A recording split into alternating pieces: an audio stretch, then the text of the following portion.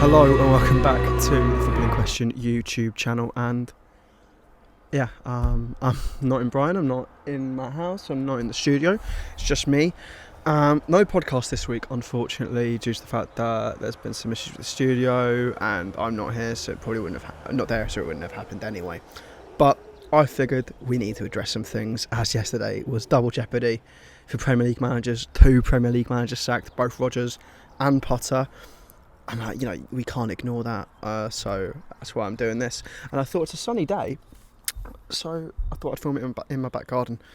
And yeah, it's actually quite nice outside for once. Yeah, nice to be in the good weather. But anyway, let's address what's gone on. I think I'm going to start off with Rodgers. I'll talk about Rodgers first.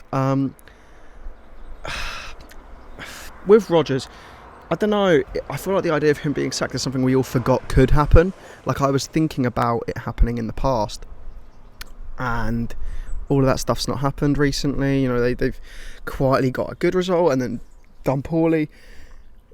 You almost forgot that they were where they were, and then, someone shows you the table and you go, oh my god, Leicester are doing quite bad. But he survived nearly getting sacked early in the season when it was him and Gerrard, and then Gerrard got sacked, and he quietly did a little bit better. But when you look at where they are and you look at the players they've got, you can't really complain. However, with what's left of the season, you almost question, can a managerial change save him? I'm not entirely sure, if it can, but you'd hope it maybe can do something for Leicester. But, I find it funny, like, I obviously did my predictions last week for the first time, and I predicted they'd win at Palace 1-0. They actually went 1-0 up and lost the game. They were by far the worst side. Palace were really good in that match under Roy Hodgson. I didn't expect that, but I did predict one manager to lose a game and maybe get sacked, and I said it was Moyes, and they actually ended up winning 1-0. And yeah, it was Rodgers all along who got sacked on the weekend, and I apologise for that, but still, yeah, they're in the bottom 3 and they've got James Maddison. They won the FA Cup 2 seasons ago. It's just really poor from them this season, and there's a real chance they go down. There is a real chance they go down. And what else can you say? Like, yeah, it's with that squad. Like, when you look at the team, like teams that are too good to go down, let's talk about it. You've got West Ham, people say, Everton, and Leicester. The teams involved, where you're like, ooh, like with West Ham, they've got Declan Rice in the midfield. Said Benrahma's been very good for them. Jarrod Bowen was amazing last season. Souček's had a good season before. They've got good players. Alphonso Areola as well. Like, there are good players in that squad. Everton, I wouldn't exactly go on that too much. I think their squad is massively mismatched. However, you do have players like Demarai Gray, who I think can be quite good. Onana, who I think is definitely being nicked by a better club in the summer, 100%. But if we talk about Leicester, like, James Maddison has been one of the best players in the league for a few years, like, very underrated. Vardy's gone off the ball massive this season. I'm not going to talk about him because I don't think, with him it's just been a natural regression. But like Yuri Tielemans, like my club Arsenal were linked with him in the summer. Didn't go for him. He's been linked with Man United before, I'm pretty sure. Like, they've got good players, very good players. And you go back to the summer. It's not been that great at Leicester. I do look back and think they got rid of Kasper Schmeichel for next to nothing, and it kind of came out of nowhere. I was like, why the hell is Schmeichel leaving? It just feels weird. And not replacing him correctly, going in for Danny Ward and just keeping him as number 1, even though he's been the number 2. I don't think that's the best scenario. Him and Iverson, is it, are the 2 keepers, and neither of them are that great. The signing of Wout Faes, he's not been amazing. Obviously, the 2 own goals at Anfield weren't great for him. And Suter as well, I don't think he's not impressed me at all since he came in from Stoke. It just doesn't feel like anything's going right at the moment at Leicester. So yeah, Rodgers going, yeah. Who's going to get the job? Honestly, I have no clue. Let's just wait and see who gets it. I wouldn't be surprised if they go for an interim for 10 games and then bring someone in. I don't know, maybe similar to what Tottenham have done with Stellini and Ryan Mason. But yeah, we'll have to wait on that. But the bigger news, the much bigger news is Potter. Graham Potter is gone, finally. We've been waiting for this for ages. The only shock about this is that it took this long to happen. The thing is, I almost had kidded myself into thinking he wouldn't get sacked because he hadn't been sacked yet. I thought when they lost to Tottenham, that was the moment to pull the plug. It felt so like, yeah, this is it. This is the kind of, it's an embarrassing defeat against Tottenham. They barely lose to Tottenham as a club. The fans won't accept it. This is the moment, right? This is it. And it didn't happen. The loss to Southampton a week before that, that felt like it. That felt like, God, this is not going in the right direction. They let him keep getting games. And then they actually strung a few results together. The win against Leeds, knocking out Dortmund, beating Leicester. Drawing to Everton wasn't good. I wouldn't say it was an awful performance from them. It was an awful game as a whole. Everton, it was just a poor football match. But the defending for Koulibaly cost them. And then roll on to this game on the weekend. Villa, poor defensively to give away the first goal. The second goal, yeah, sure, it's a good long shot. But the poor finishing, Graham Potter, I think, signed his own death warrant, in a way, by moaning about XG after the game. Don't do that. You just got to hold your hands up and say you weren't good enough. And if we go back to my predictions, I gave so much credit to Aston Villa and then predicted the draw because I almost thought Chelsea are Chelsea. They can't.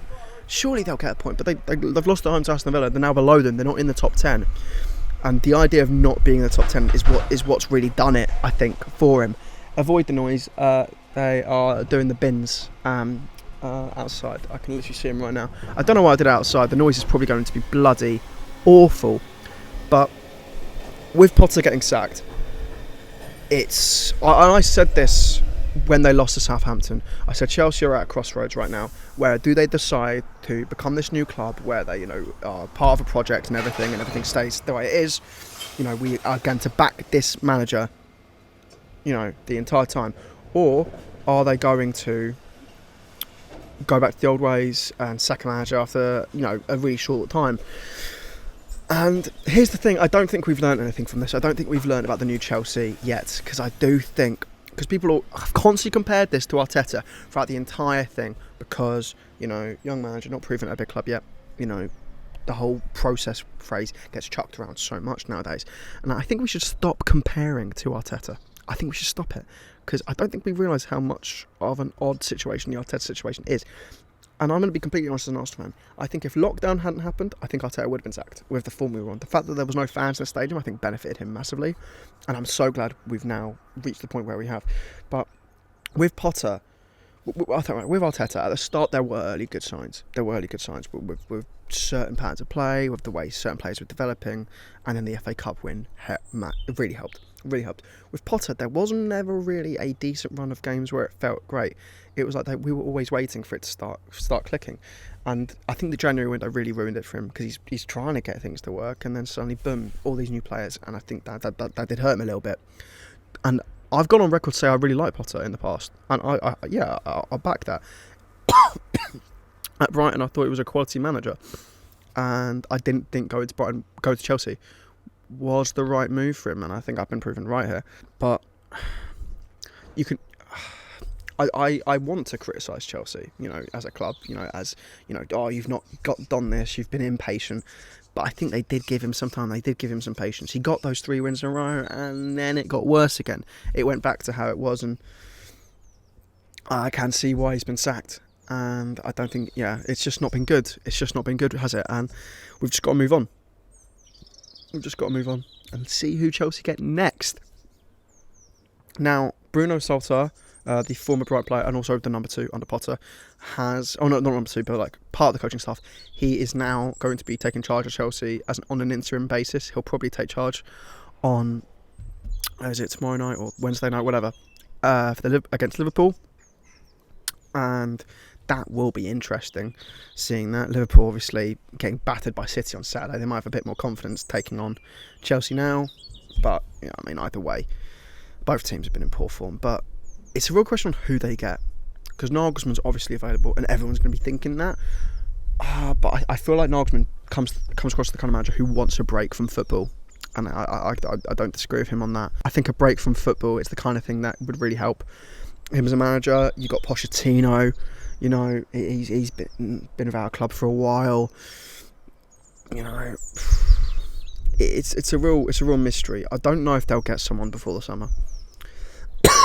because I don't know. Does anyone want to jump in at this time in the season? Would you rather just wait, assess your options? Because there's now clubs becoming available for managerial positions, and I think the Tottenham one will be filled in the summer. So, are some people maybe looking at both jobs and they're going to be patiently waiting until the summer? Obviously, Chelsea. I don't know what's a better proposition. Chelsea at the start of a project. Tottenham about to start one. I mean, Tottenham are doing better this season, but they're still quite, mad with the way the club's ran. So you'd rather go to Chelsea, but it's interesting. Nagelsmann for Chelsea has to be the top pick. But the thing is, he's a young manager who needs a project. How's it going to work? And is that patience going to be there? We just have to wait and see, don't we? I think it was the right decision to sack him. It's just interesting thinking about what's going to happen next, and we might not find out for a while. What does it mean for the rest of their season? I don't really know. Their results might get a tiny bit better by him not being there. Just go back to basic kind of a thing. But they're still not playing that great. They might just win 2, maybe 3 more games than they would have done. But I don't expect them to crack top 8. I really don't. They've been poor this season. And at the start of the season, before the start of the season, me and Jordan talked, and we said, what's your controversial thing that you think about the season? And we both agreed, Chelsea are not getting into Europe. That was our thing, and I just could see it happening. This was with Tuchel. I could see things going bad. We didn't expect Tuchel to be sacked as early in the season as he did, but I thought he might not make the end of the season. And here we are. They're not in the top 10, and it's a bit mental, with the way everything's going over there. And yeah, maybe Bowley will work out how to, run a football club in the summer, hopefully for his sake. But you're just going to have to wait and see with Chelsea. It's a bit mental. But yeah, I needed to talk about them. I have talked about them. Anyway, what do you think? That's the important thing. Comment below what you think about Potter's sacking, and Rodgers, obviously. Potter's the bigger news as well. What do you think about them? Who gets in the job? I haven't really talked about Leicester at all. They'll probably target not the Nagelsmanns and the Pochettinos of this world. Maybe they'll try and get Michael Carrick or company involved. I'd imagine they'd decline immediately. Or maybe Vieira. Ooh, that would be interesting. Vieira to Leicester. What do you think about that? But yeah, comment below what you think about these sackings, whether they're the right decision. 2 managers sacked in one day, that's mental, isn't it? Like the video if you enjoyed it. Ding the bell for notifications so you can be notified every single time we upload. And don't forget to look at all the lovely videos we've made before, all the episodes, pod clips, all of that. And yeah, subscribe if you aren't already. This is the Footballing Question, and Potter is gone. See you later.